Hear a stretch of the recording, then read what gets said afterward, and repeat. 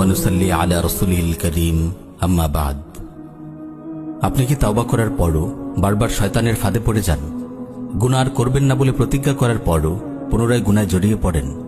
মনের সব জোর একত্রিত করেও গুনাহ থেকে বেরিয়ে আসতে পারছেন না? আমার ভাই, এ নিয়ে হতাশ হওয়ার কিছু নেই। আমার কথাগুলো মন দিয়ে শুনুন। মুমিনের পুরো জীবনটাই একটি যুদ্ধ, একটি অন্তহীন লড়াই। এই লড়াই কুপ্রবৃত্তির বিরুদ্ধে, শয়তানের বিরুদ্ধে।